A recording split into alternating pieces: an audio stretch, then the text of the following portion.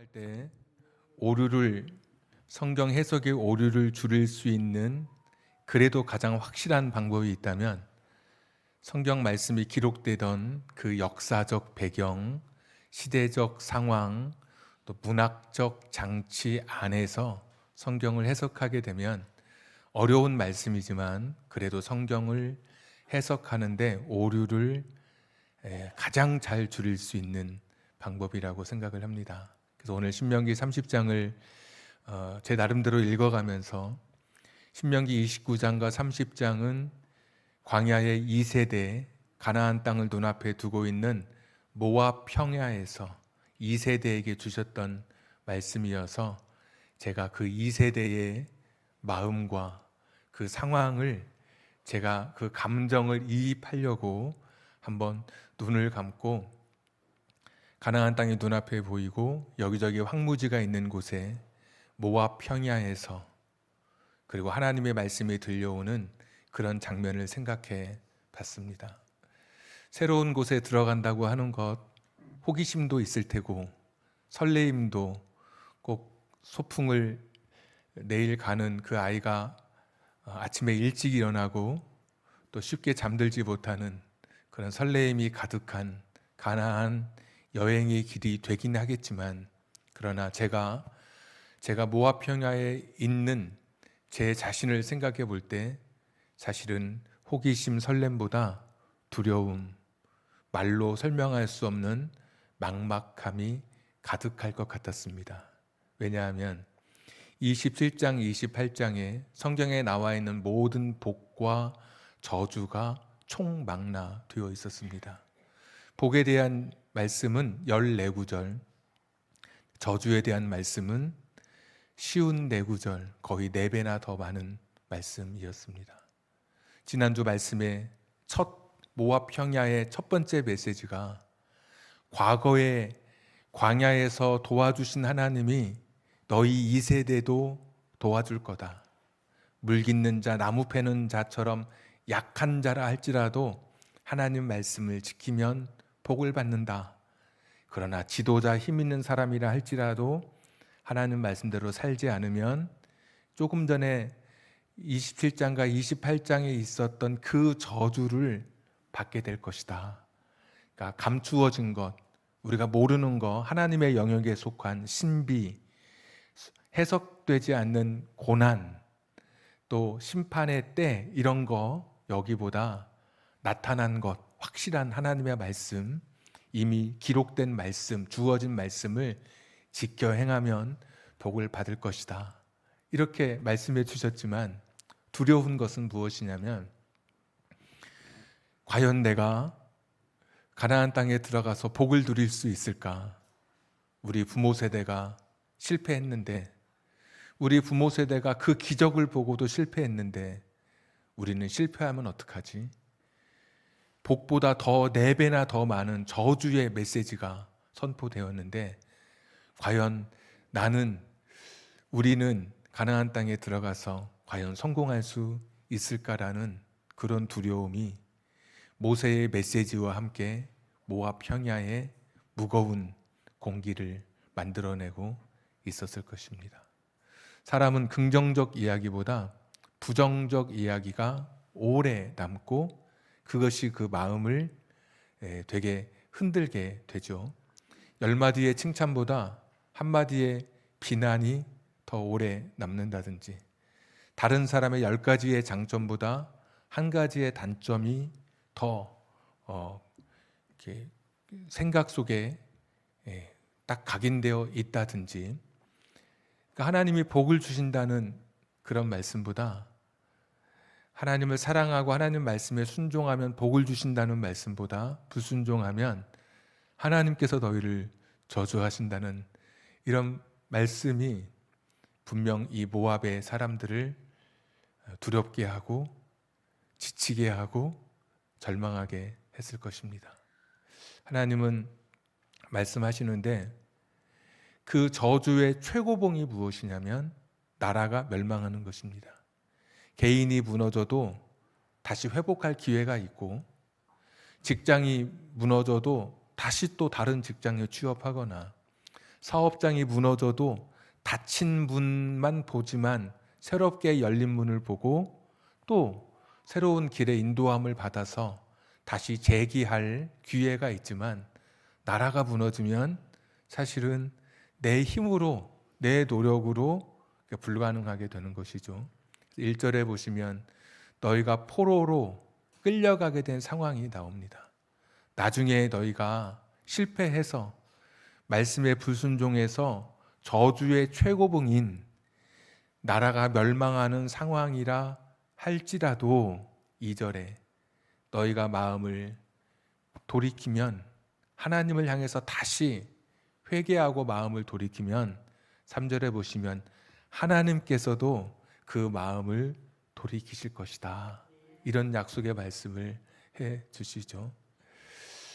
내가 실패했을 때 하나님은 문을 닫고 끝, 낙인 찍지 않으시고 다시 하나님께서 그 최고의 저주의 최고의 그러한 형벌을 받는 자리라 할지라도 다시 하나님께로 돌이키면 하나님께서도 방향을 돌이키셔서 우리를 맞아 주신다라고 하는 것이죠. 그래서 여기 사람이 돌아선다는 이 말씀과 하나님이 돌이킨다는 이 말씀의 단어가 똑같은 단어입니다. 그러니까 사람이 이렇게 돌아서면 하나님께서도 우리를 향해서 우리를 맞아 주신다는 말씀이죠. 그래서 회개라고 하는 것은 돌아선다는 의미가 있습니다. 그래서 고백이라고 하는 그 단어가 자백, 고백, 이것이 우리가 회개라고 말하기 쉬운데, 고백은 알릴 고, 백은 흰 백자입니다. 흰 백. 그러니까 숨김없이 하나님 앞에 다 아뢰는 감정의 영역이 사실은 회개가 아니라, 그래서 고백이라고 하는 것이 어떤 분은 꽃백이다. 회개는 고백이 아니라 꽃백, 뒤로 돌아가는 것이다. 방향을 전환하는 것이다. 이렇게 이야기하고 있거든요. 그러니까 저와 여러분이 실패했을 때 그냥 감정적으로 후회하는 것이 아니라 내가 방향을 돌이키면 그곳에 나를 기다리고 계시는 하나님을 만나게 될 것입니다. 이것이 모압에서 실패한, 그 모압 땅에서 실패를 혹시 두려워하고 있는 사람들에게 주시는 하나님의 위로의 말씀이신 것이죠. 탕자처럼 멀리 떠나 있다 할지라도 내가 내 아버지 집에 돌아가야 되겠다 하고 집을 향해서 방향을 돌이키는 순간에 아버지는 동구 밖에 나와서 자식을 향하여 서고 계신 것, 이것이 하나님이신 것이죠. 오늘 누가 실패했다 할지라도 우리는 여기서 주저하는 사람들이 아니죠. 흔들리지 않고 피는 꽃이 어디 있습니까? 적셔지지 않고 피는 꽃이 어디 있습니까? 인생은 흔들리기도 하고 적셔지기도 하지만 마침내 꽃을 피워내는 것이죠. 내가 하나님을 향하여 다시 방향을 돌이키는 순간에 하나님이 나를 기억해 주시고 오늘도 내 인생을 붙잡아 주실 것입니다. 그래서 12절 보시면 하나님 말씀을 지키는데 하늘에 있는 그런 어려운 말씀도 아니고, 13절에 바다 밖에서 찾아와야 할 말씀도 아니고, 14절에 보시면 입과 마음에 있는 그 하나님의 말씀, 그냥 늘 우리 곁에 있는 하나님의 말씀, 그 말씀을 붙들고 살아가라라고 말씀하고 있습니다.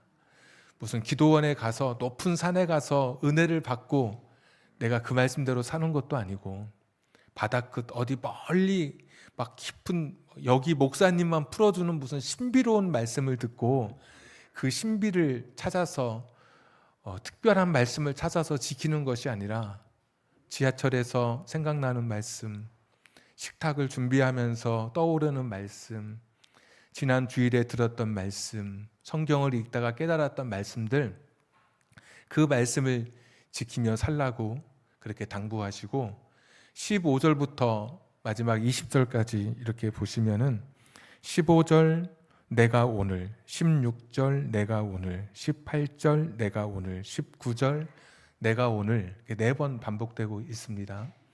그러니까 신앙은 항상 오늘인 것이죠. 신앙생활의 가장 큰 적, 인간관계의 가장 큰 적, 바로 다음에입니다. 다음에 뭐 해야지. 그런데 항상 성경은 오늘 결단하라고 말씀하고 있죠. 그래서 모압의 2세대에게 너희들이 나중에 실패했을지라도 하나님께서 너희를 다시 너희가 하나님께로 돌아오면 너희를 회복시켜 주실 것이니 어려운 말씀, 뭐 신비로운 말씀 이런 거 아니라 지금 들었던 말씀들, 입과 귀와 마음에 있는 그런 말씀들을 언젠가 나중에 내가 해야지가 아니라 오늘부터 그 말씀을 붙들고 살아가라고 하는 것이죠. 그 신앙생활은 미래의 거창한 순교적 각오가 아니라 신앙생활은 현재의 소분된 순종으로 이루어지는 것입니다. 내가 나중에 엄청나게 내가 멋지게 한번 뭘 해봐야지 이게 아니라 그냥 작은 순종으로 내 삶을 이루어가는 것이죠. 우리는 순교의 시대를 살고 있지는 않습니다. 우리가 살아가고 있는 환경은. 그러나 날마다 내 삶을 순교적 그 내 삶을 나눠서 소분해서 그렇게 갈라내어서 날마다 하나님 앞에 살아가는 삶, 이것이 오늘의 삶이 이것이 진정한 믿음의 삶인 것이죠. 그래서 오늘 30장 말씀을 그 시대의 환경, 또 역사적 배경, 언어를 통해서 이렇게 반복되는 말들을 통해서 쭉 살펴보면 실패하면 어떡하지? 이렇게 살다가 우리도 말씀대로 불순종해서 우리 부모 세대처럼 다 망하면 어떡하지? 하나님께서 아무리 너희가 저주를 받아서 다 무너지고 심지어 나라까지 무너진다 할지라도 너희가 다시 마음을 돌이키면 하나님께서도 너희를 받아주시고 회복시켜 주실 것이다.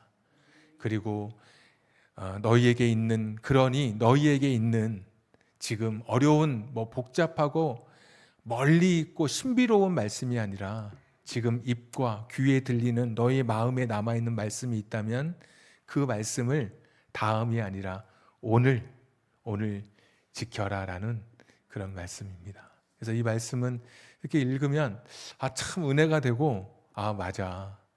하나님은 내가 실패했을 때 나를 다시 받아주시는 그런 분. 세상은 되게 냉철하고 냉혹한데 하나님은 언제 그랬냐는 듯이 다시 나를 받아주시는 그런 자애로우신 긍휼이 많으신 하나님이시니 내가 오늘 내게 주어진 말씀, 내가 감당할 수 있는 말씀을 내가 오늘 순종하며 살아야겠다. 이렇게 결단하면 오늘의 이 신명기 30장의 말씀은 잘 해석하는 것이고 그렇게 살아가는 것이 이 말씀을 잘 적용하는 것입니다. 자, 문제는 무엇이냐면 하나님 뜻대로 살아야지. 그렇지, 내가 돌아가야지. 하나님 말씀대로 회복해야지. 하나님이 기뻐하시는 삶, 내 입과 마음에 있는 말씀, 내가 오늘부터 살아야지. 그렇게 했는데 우리가 여전히 지금 나의 삶은 오늘의 이 좋은 말씀과는 내 삶의 현실은 너무 큰 괴리감이 있는 것입니다. 왜냐하면 우리는 말씀대로 잘 못 살거든요. 자꾸 실패하거든요.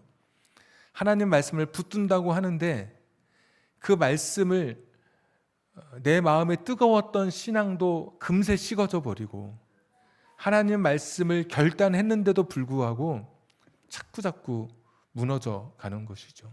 그래서 이 말씀을 읽으면서 너무 좋은 말씀, 그런데 어떻게 보면 이론적인 말씀처럼 꼭 성인 군자가 가르쳐주는 말씀처럼 하나님께서 돌아오면 너희를 회복시켜 줄 것이니 하나님 말씀을 붙들고 오늘 잘 살아라, 이런 말씀을 수없이 들었는데 이 말씀이 오늘 나를 변화시키지 못하고 그 말씀과는 별도로 내 삶은 전혀 그렇지 않은 삶을 살아가고 있는 것이죠.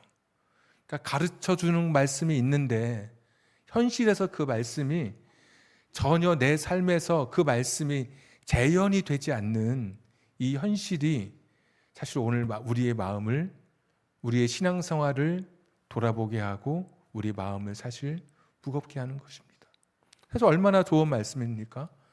회개하고 돌이키면 하나님이 너를 받아주실 터이니 가까이 있는 하나님의 말씀을 오늘 붙들고 너 열심히 살아가라. 아멘 하고 떠나가면 여전히 그렇게 되지 않는 우리의 삶을 어떻게 이것을 이 말씀 앞에 이 신명기 30장 말씀이 과거의 해석이 아니라 오늘 나의 현재가 될 수 있을까? 이 신명기 30장은 우리가 이렇게 봤던 이런 나이브한 말씀이기 전에 이 말씀은 굉장히 신학적으로 치열하고 논쟁이 많은 말씀입니다. 6절 말씀 보시면 하나님께서 마음에 할례를 행하신다 이렇게 말씀해 주셨어요. 그래서 마음에 할례를 행하시는 목적이 무엇이냐면 인간의 순종과 하나님 뜻대로 살아갈 수 있도록 말씀을 지키고 하나님 사랑하며 살아갈 수 있도록 하나님께서 사람의 마음에 할례를 베푸신다. 할례라고 하는 것은 외적 수술인데, 외과 수술인데 하나님께서 친히 내 마음을 수술해 주시는 주체가 되신다는 거예요. 신명기 10장 16절에 보시면 그때의 주체는 인간입니다. 너는 마음의 할례를 행하라. 우리에게. 그러니까 너는 마음의 할례를 행하고 네 강팍한 마음을 다 잘라내고 하나님 앞에 겉이 아니라 네 속 진정한 마음으로 하나님 앞에 순종하며 살아라. 그랬는데 오늘 30장에서는 그 주체가 바뀌어서 하나님께서 너의 마음에 할례를 행하신다는 거예요. 그래서 이 말씀을 붙들고 약 한 500년경에 신학자 중에 어거스틴이라고 하는 사람이 있습니다.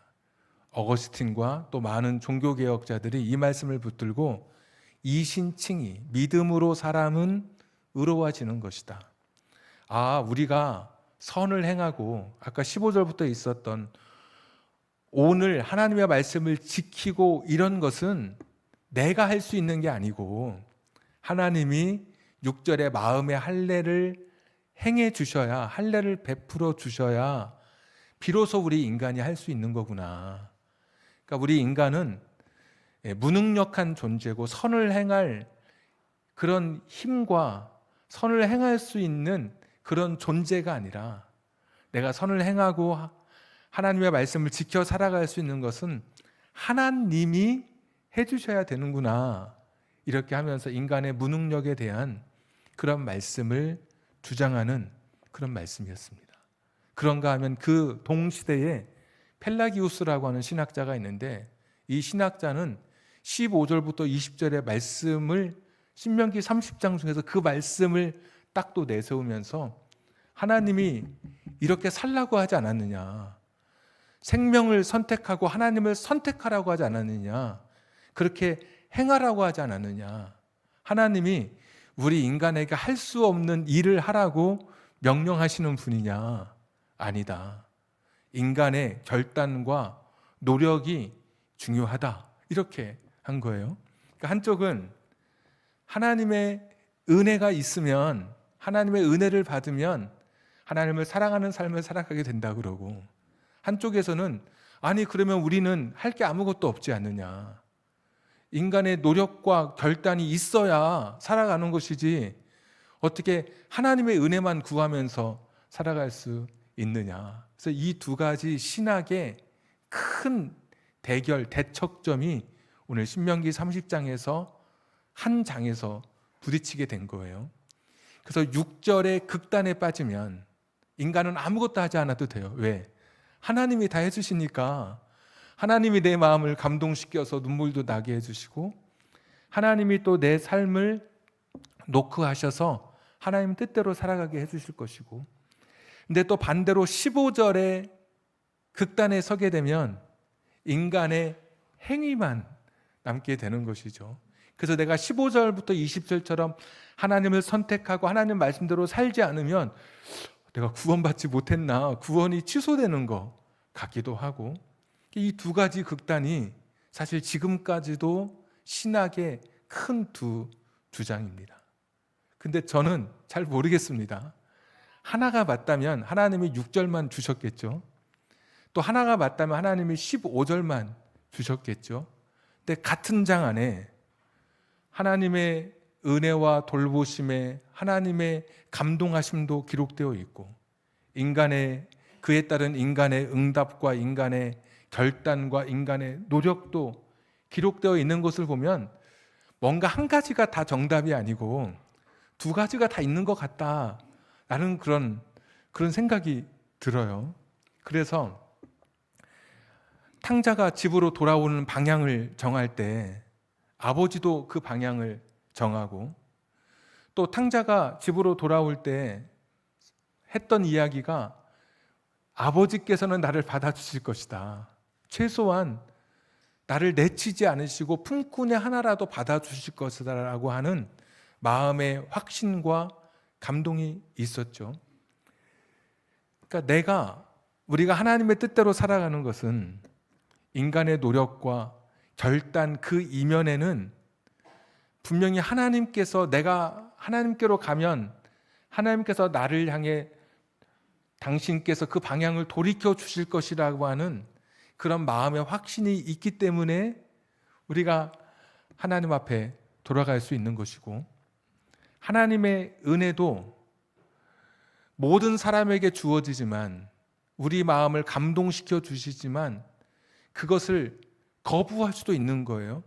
그냥 어거스틴의 이야기처럼 하나님이 감동하셨으니까 우리는 아무것도 안 해도 되게 아니고, 하나님이 감동하셨으니까 우리 사람들이 그 감동을 받고 15절처럼 결단할 수도 있고 그렇게 안 할 수도 있고.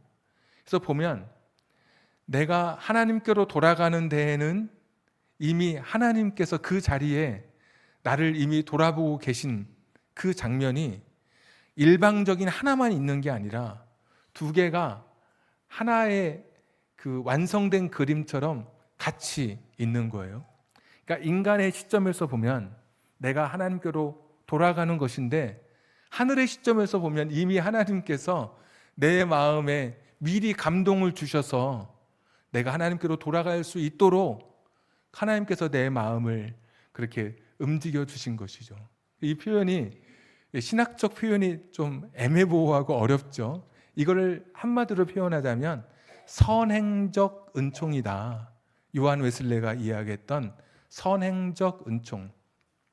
하나님께서 우리에게 은혜를 베풀어 주시는데, 모든 사람에게 은혜를 베풀어 주시는데 그 말씀에 순종할 수 있는 사람에게 하나님께서 미리 아시고 그에게 은혜를 베풀어 주심으로 그가 하나님의 은혜에 추동되어서 은혜에 감동되어서 그 인생을 순종함으로 살아가게 된다고 하는 거.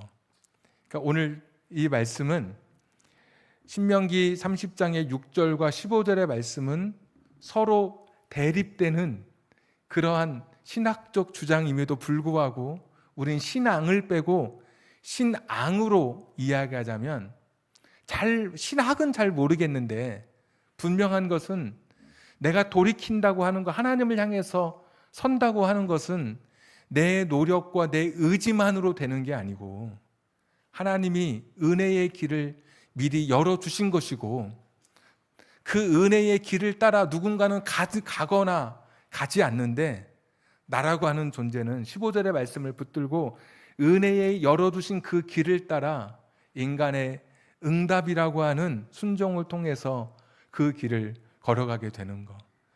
그래서 하나님의 특별하심, 우리의 삶에 개입하시는 하나님의 특별하신 은혜와 인간의 자발적인 순종과 결단이 만나게 될 때 비로소 위대한 신앙의 열매가 맺히고 하나님의 놀라운 기적이 펼쳐지게 되는 것이죠. 그러니까 이게 내 노력만으로는 안 되는 거예요. 우리가 오늘 헤어지고 나면 목사님이 그래 실패하면 하나님께서 또 받아주신다고 했으니까 그냥 하나님 말씀 읽고 있는 말씀대로 내가 잘 살아야지. 그러면 제가 말씀드리기는 잘은 모르겠지만 15절처럼 내가 이렇게 해야지 그러면 백전백패입니다. 왜 세상은 강하고 우리는 약하죠. 인간의 본성에 이끌려서 하나님 말씀대로 살아가지 못하도록 우리를 잡아 끌어내리는 것들이 너무 많은 세상 속에 살아가고 있는 거예요.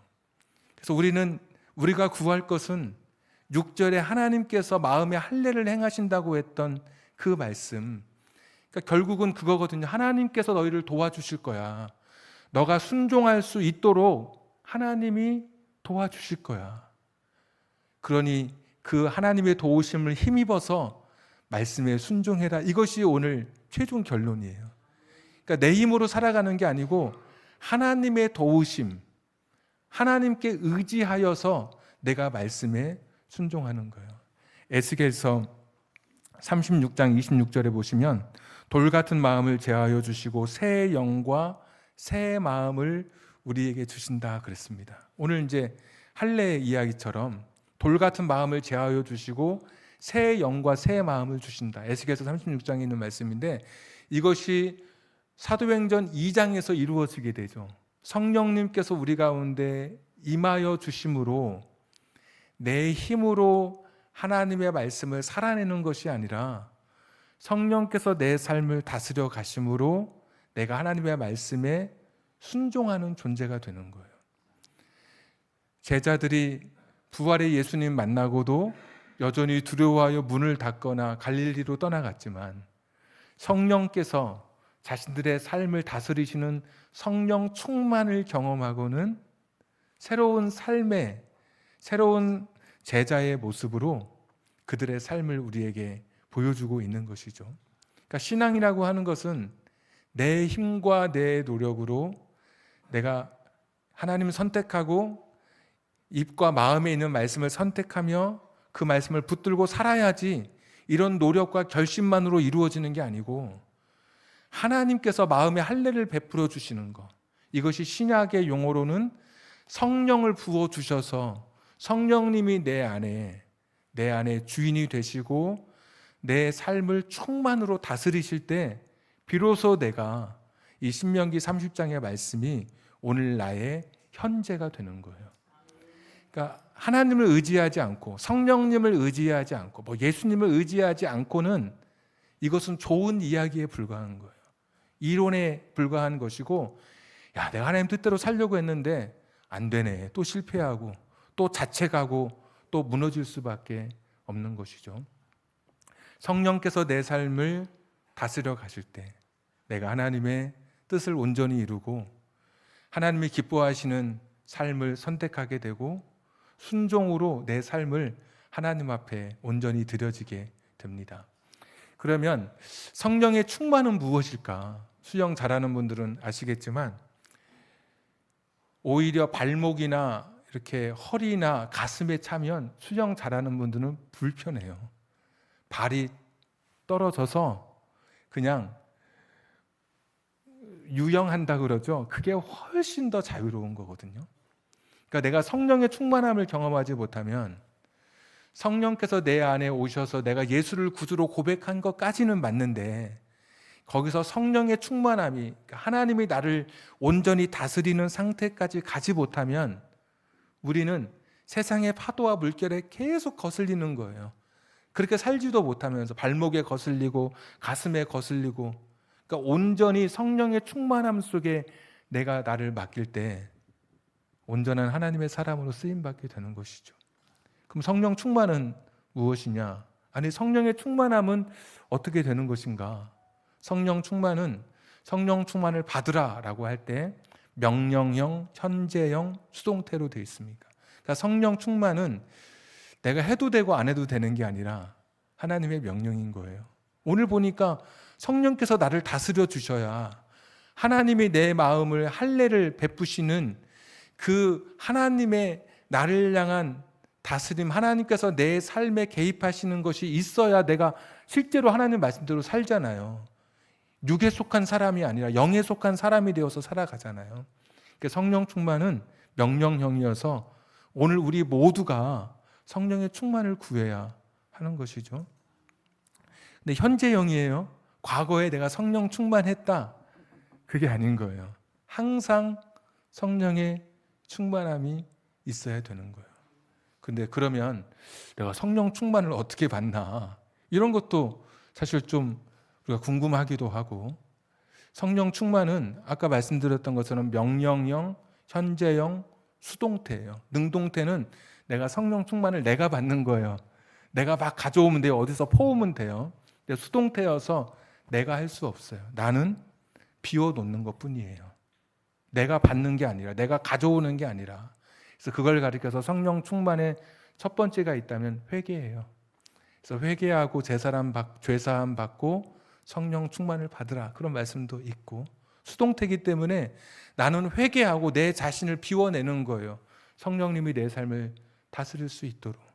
그러니까 내가 내 삶의 중심의 자리에서 내려와서 성령님을 내 삶의 중심에 모시는 것이죠.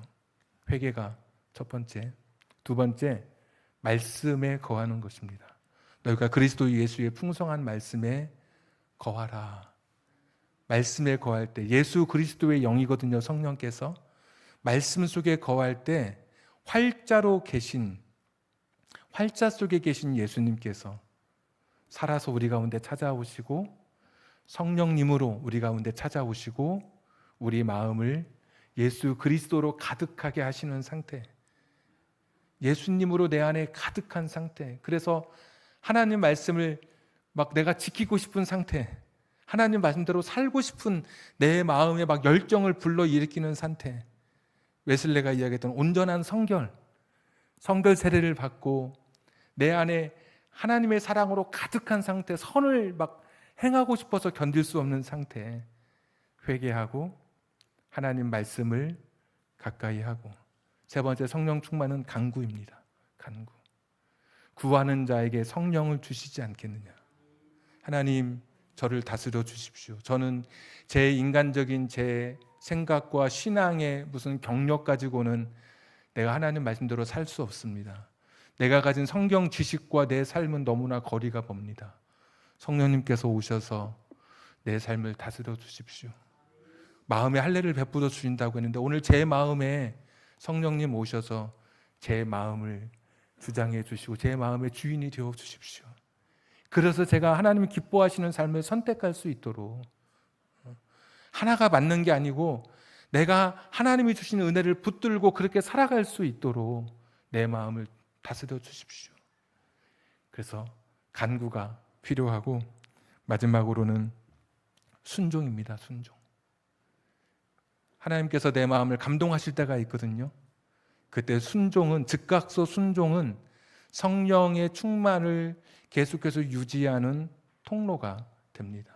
하나님 말씀을 읽을 때 감동이 오는데 그 감동을 저버리거나, 그러면 내 안에 성령의 충만함이 온전히 나를 다스리는, 성령께서 내 삶을 다스리는 상태가 되지 못하죠. 자꾸 나는 세상의 다른 것들로 내 삶이 채워지게 되는 거죠. 어둠을 몰아내는 것은 빛을 비추는 겁니다. 어떤 컵 안에 공기를 몰아내는 것은 물을 부으면 됩니다.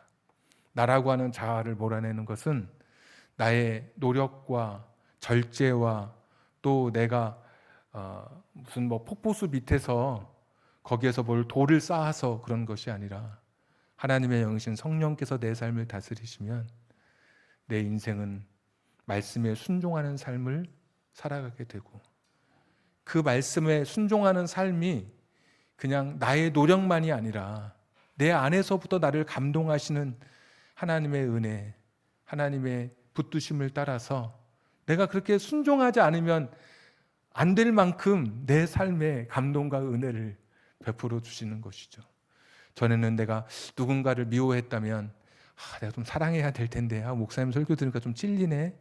그렇지만 여전히 사랑하지 못했는데, 성령에 감동된 사람은 예수님 마음이 생각나고, 스데반 집사님이 자기를 죽이는 사람을 용서했던 그 마음이 전이 되어서 내가 나의 의지가 아니라 하나님의 마음으로 누군가를 용서하고 사랑하고, 죄도 어떤 분은 그러더라고요. 담배를 피우면은 안 됩니까? 교회 다니면. 저한테 물으면 저는요, 담배 피워도 된다고 그럽니다. 술을 마시고 교회 오면 안 됩니까? 마시고 교회 오면 안 되죠. 그러나 교회 끝나고 집에 가서 마시는 거는 뭐 어떡하겠습니까?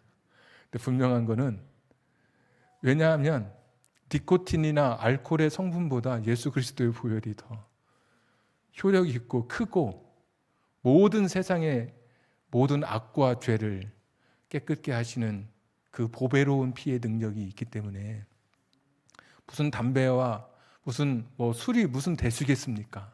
그런데 분명한 것은 내가 어느 순간에 하나님의 성령으로 충만하게 되면, 제 간증은 아니고 충만하게 되면 싫어진다고 하더라고요. 제 간증은 아니니까 싫어진대요. 보기도 싫어진다고 그러고, 그렇게 뭐가 달콤하다 그러더라고요. 마시면, 더울 때 한 잔 마시면. 근데 이렇게 넘기는데 독약이 들어가는 것처럼 목에 타는 것처럼 느껴져서 그 이후로 이렇게 더 이상 안 하게 됐다, 이런 간증도 보게 됩니다. 그러니까 신앙은 이론도 아니고, 신앙은 나의 노력이나 또 이런 종교적 열심으로 신앙의 열매가 맺어지고 하나님과 교제하는 게 아니고, 하나님의 성령께서 내 삶을 다스리시고 하나님의 존재, 그리고 내가 그분의 접붙임 받을 때 내가 열매 맺는 인생인 것을 솔직하게 고백하고, 주님과 떨어져 있는지, 잠깐 떨어져 있어도 푸르른 싹을 유지할 수 있지만 이내 다 이렇게 사라지게 될걸요. 여전히 붙어 있으면 지금 열매가 없어도 나중에 때가 되면 열매를 맺죠. 그래서 신앙생활 그리고 기도는 해결이 아니라 그래서 연결인 거예요. 연결돼 있으면 되는 거예요. 하나님의 영으로 충만하여서, 오늘 하나님께서는 걱정하고 있는 모압 2세대에게 야, 걱정 마라. 걱정 마라. 하나님께서 너희 마음에 할례를 행해 주실 거야. 그러니까 하나님이 도와주실 거야. 너희가 하나님 말씀대로 살 수 있도록. 그러니 그 말씀 붙들고 살아라. 오늘도 내 노력이 아니라 하나님이 우리를 도와주실 거예요. 도움을 요청하는 자에게, 성령 충만을 구하는 자에게, 순종하는 자에게, 말씀 안에 있는 자에게, 회개하는 자에게 하나님의 영이 오셔서 내 삶을 다스려 가실 거예요. 하나님의 사람으로 살아가도록. 그래서 우리 이 말씀이 우리의 현재가 되고 우리의 간증이 되기를 축복합니다. 우리 복음성가 원래 또 2부 예배 부르려고 했는데 우리 찬송가 될까요? 찬송가 310장, 우리 1부 예배 때 불렀던 찬송가 310장 우리 부르고 우리 같이 한번 기도하겠습니다. 찬송가 310장. 하나님의 은혜로 이 쓸데없는 자.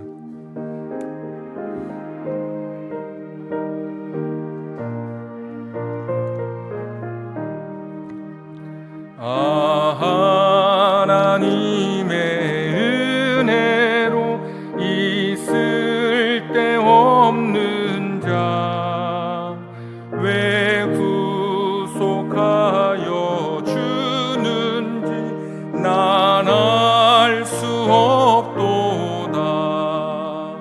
내가 믿고 또 의지함은 내 모든 형편 아시는 주님 늘 보호해 주실 것을 나는 확실히야. 왜 내게 굳센 믿음과 왜 내게 굳센 믿음과 또 복음 주셔서 하나님이 내 마음을 다스리기 때문에 그런 것이죠. 하나님이 내게 은혜를 베풀어 주셔서 그런 것이죠. 하나님이 내 인생에 찾아오셔서 그런 것이죠. 내가 믿고 또 의지함은 내 모든 형편 아시는 주님 늘 보호해 주실 것을 나는 확실히야. 왜 내게 성령 왜 내게 성령 주셔서 내 마음 감동해 주 예수 믿게 하는지 난 알 수 없도다. 내가 믿고 또 의지함은 내 모든 영평 아시는 주님 늘 보호해 주실 것을 나는 확실히 아네. 주 언제 강림하실지 혹 밤에 혹 낮에 또 주님만 주 오실 때까지 성령 충만해서 믿음으로 말씀 붙들고 살아가는 것입니다.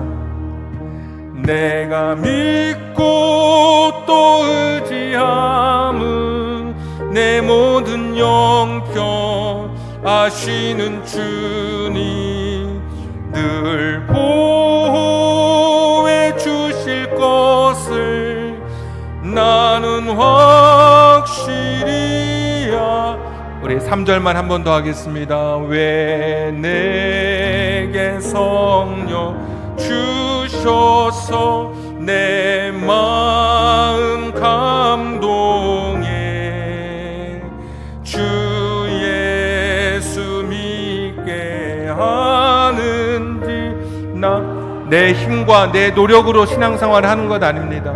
하나님 맡기고 성령님 충만해서 신앙생활을 하는 것입니다. 육에 속한 사람이 아니라 영에 속한 사람으로 살아가는 것입니다.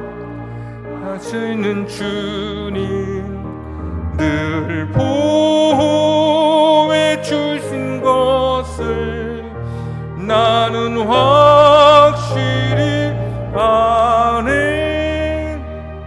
우리 같이 한번 기도하겠습니다. 어떤 사람은 인간의 본성에 매여 살아가는 육에 속한 사람이 있고 이성과 지성, 감정에 붙들려 살아가는 혼에 속해 살아가는 사람이 있고 이런 사람은 말씀을 듣고 이해도 하고 감동도 받지만 거기까지죠. 그러나 영에 속한 사람은 하나님의 성령에 충만하여서 내게 찾아오신 하나님의 은혜, 하나님의 감동을 무시하지 않고 하나님의 영, 하나님의 성령을 의지하여 나의 주인이 예수님인 것을 고백하면서 마침내 하나님의 뜻을 이루어내는 영에 속한 사람도 있습니다. 오늘 나는 명목상의 그리스도인이 아니라 신학적 다툼으로 이론적으로 이 말씀을 이해하는 사람이 아니라 내 안에 찾아오셔서 내 마음을 감동해 주셔서 하나님 뜻대로 살아가도록 내 안에 찾아오신 주님, 나는 내가 회개하는 줄 알았더니 돌아보니 그 자리에 이미 주님께서 나를 보고 계셨던 나의 결단과 하나님의 특별한 은혜의 이 결합과 완성을 통해서 내 신앙생활이 이루어지는 그 은혜. 그래서 바울처럼 훗날 나의 나된 것 다 하나님의 은혜였다고 고백할 수 있는 우리 그런 신앙생활 하게 해달라고. 정말 믿음 수상적인 단어가 아니라 내 삶에서 동사가 되게 해달라고. 정말 믿고 기도하고 하나님께 붙들리고 예수님과 연결된 삶, 그런 신앙이 실제가 되게 해달라고 우리 한번 같이 기도하겠습니다. 다 같이 기도합니다. 하나님 아버지, 오늘도 말씀을 기억하며 나아갑니다. 하나님 아버지, 신앙생활이 이론이나 지식이나 감정으로 끝나지 않게 하여 주시옵소서. 신앙생활이 형식이나 절차가 되지 않게 하여 주시옵소서. 신앙생활이 오늘 나의 간증이 되게 하시고 오늘 나의 노래가 되게 하시고 오늘 나의 실제가 되게 해 주시옵소서. 내 힘으로 살아가지 않게 하여 주시옵소서. 성령의 감동 속에 살게 하여 주시옵소서. 회개와 간구와 말씀과 순종을 통해서 성령 충만이 여전히 내 안에 나를 다스리는 하나님의 특별한 그런 은혜 속에 설 수 있는 우리 성도님들 다 되게 하여 주시옵소서.